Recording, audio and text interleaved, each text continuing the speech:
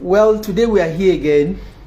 For a lot of you who were watching live yesterday, you found out that there was no light, just like today as well. And also yesterday, you found out that there was this difficulty of network, which of course today we're also experiencing the same thing, but nevertheless, we are never going to be giving up. As a matter of fact, part of what we are discussing with you today is never to give up, no matter what happens. Okay? So we need to rediscuss this topic. We need to do it again. And that's the power of learning. So perhaps in your life right now, you're about giving up.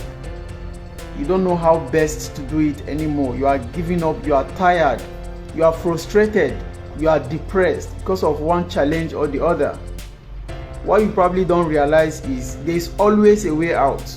You can always do it. You can always get it better. You can always get it done. If only you know how. Okay? Today we're going to be discussing extensively. I don't know if the network will allow us. Like yesterday, I was just making conversations where I just see myself outside of Facebook. So I'm never going to be giving up. Today we're going to do it again. I'm going to repeat this topic. For some of you that watched it yesterday, it's another opportunity for you to listen to another version. Of course, I titled this as part 2. How do you overcome hard times? How do you overcome hardship? How do you overcome hard economy? There are so many things you can do probably to help you through hard times. But we're going to mention few. I think I have about 7 or 8 points I want to mention to you today. Okay? So please, you might want to consider listening to this video because you're going to be learning a lot.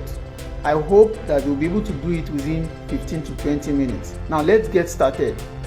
First, you need to understand that this thing we are talking about, hardship, this thing called hardship, sometimes when other persons are experiencing hardship, it might not necessarily be that every other person is experiencing hardship. I don't know if you understand. You need to come to terms with that fact that when some other persons are crying, that's when actually some other persons are smiling to the bank.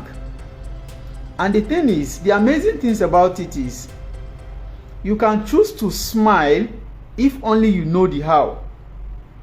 It's a matter of decision. And once you decide, you can actually choose to smile if you want to. And if you decide not to smile, and the most important thing to note here is that now your inability not to decide to smile is already an automatic ticket to not smiling.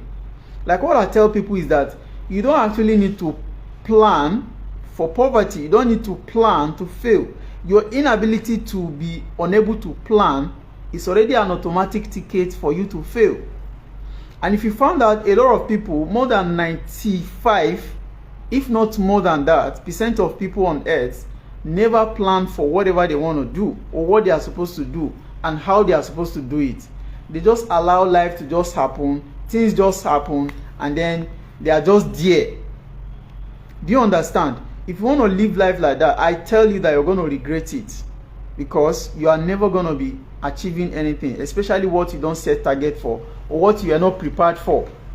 I don't believe in luck. I don't believe in miracles. Do you understand? What I look at when it comes to luck is there are people that are actually prepared. When you prepare for opportunities, definitely you're going to be lucky when the time comes for you to grab it. Right? And if you are not ready for opportunities, even when that luck comes knocking, even when that miracle finally wants to happen, I tell you, you're going to miss out.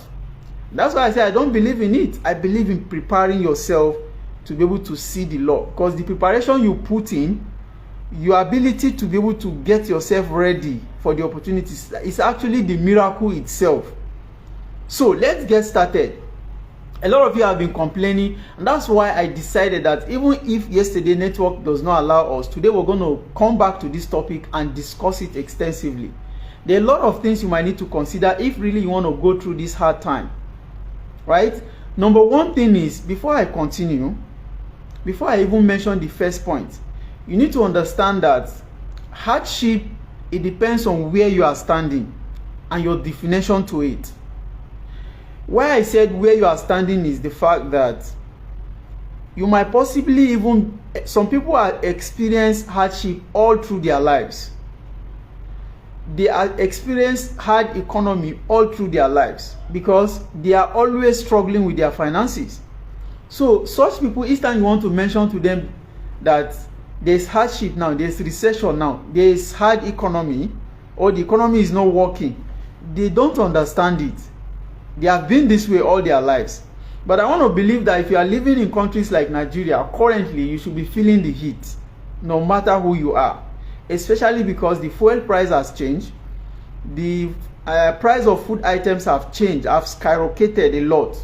And this is actually having a lot of negative impact on people. So how do you navigate through these challenges? Now let's mention point number 1.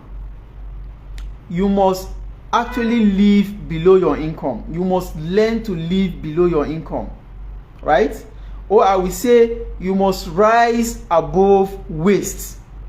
A lot of us have wasteful habits, like we don't learn to manage the little we have. We buy things that we don't need actually to impress probably those who don't care about you. You want to impress everybody. You want to make sure that everybody know you have arrived, you are doing well. Do you actually realize that nobody cares? Nobody really cares about you. The day you realize that people are not actually watching you, that's when you will realize that you need to start looking at yourself in a different version. Yes, that's the truth. So you must learn to live below your income, because for most successful people that I know, it doesn't matter if you are the scratch, if you are an average, or you are the top. You must always live below your income, and that is a way to grow. And that is the way that you are open to having more income. Do you understand? So it doesn't matter the amount of income you get, but once you cannot learn to live below your income, then there's a big problem, there's a big trouble. And for some of you that are thinking that you don't have enough, you are always never going to be having enough. This is a fact. Nobody have enough. Elon Musk don't have enough. Dangote of Nigeria don't have enough. Even the president of Nigeria currently don't have enough. So what does that tell you? And by the way, let me come down to some people's level. Perhaps you are working somewhere, you are being paid 50,000 and you think your money is small. Now they are paying somebody 25,000 and the person is fine. Even less than 25,000, somebody don't earn it monthly, but the person is fine. Now I know you are giving tons and tons of excuses that the expenses you have is not the same as Mr. B that is having less than that money. Let me shock you that, do you know what we call Parkinson's law? Have you heard that law? Let me reveal it to you today. The law states that naturally a man's expenses will always rise to meet up with his income. Should I say that again? A man's expenses will always rise automatically to meet up with your income, except you are able to control it. And this has set a trap for a lot of us. A lot of you, not me, I've understood the game and I've learned that, look, no matter how, I must save at least 10, even to 20 or 30% of my income. Do you understand? No matter how worse it is, you must save 10% of whatever thing that comes to you. This is a habit you must inculcate at this hard time, because it's getting harder. I don't know if you get it.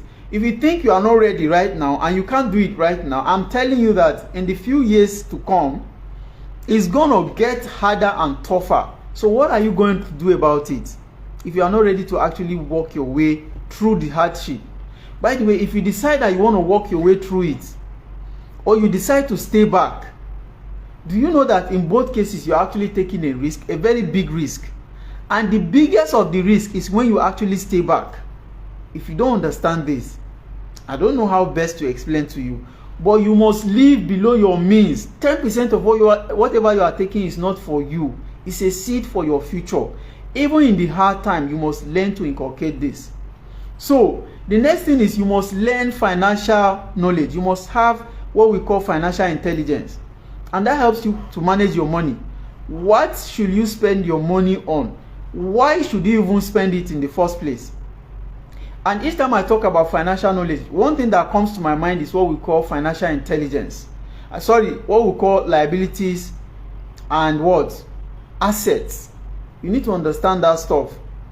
the kind of things that once you buy them, those things keep taking money away from your pocket. You have a car that is not giving you income. You fuel it, you maintain it. That's a liability. You waste your time around with women, giving them income, a lot of your money that is not bringing money in return. Definitely it will not. And that's why I tell people that even as far as getting married is an economic decision, and you need to be wise about it. Do you understand? There are certain decisions around economy or wealth that if you want to take, you need to take your time to think deeply about it, because it's not only going to affect your personal life but your business and a lot of other things if you mess around with it. Do you understand? So you must learn to have that financial IQ. You must understand money and how it works. Well, if you are listening to me right now, you might just think that, do I need to learn about how to get money and spend money? Oh, it's just, what do you mean by I need to understand money? Man, if you don't understand money, you are in trouble. Because what will literally happen is that you are going to be wasting your money unknowingly. You think you are wise about your expenses, but man, you are just messing around. You are just messing up. Do you understand? So I might not want to deliberate more on this, but that's the second point. You must get financial knowledge. Take it as a must. Look at books. Go to seminars. Ask people. Get mentors. Get friends who have this knowledge to show you. People like us are coming online to teach you here free of charge. So why don't you take your time to watch it? Go to platforms like YouTube. You're going to see millions and billions of videos that will teach you from different authors and for free. There are a lot of books you can read on finances to understand it. But you are not ready to do that. You probably think, I don't know how to read. And that's why you are still where you are. If you want to change your game, you must go after financial knowledge and you must be intentional about it. So our point 3 is you develop what we call multiple streams of income. Sometimes when we talk about multiple streams of income, some people just think about what we call multiple struggles.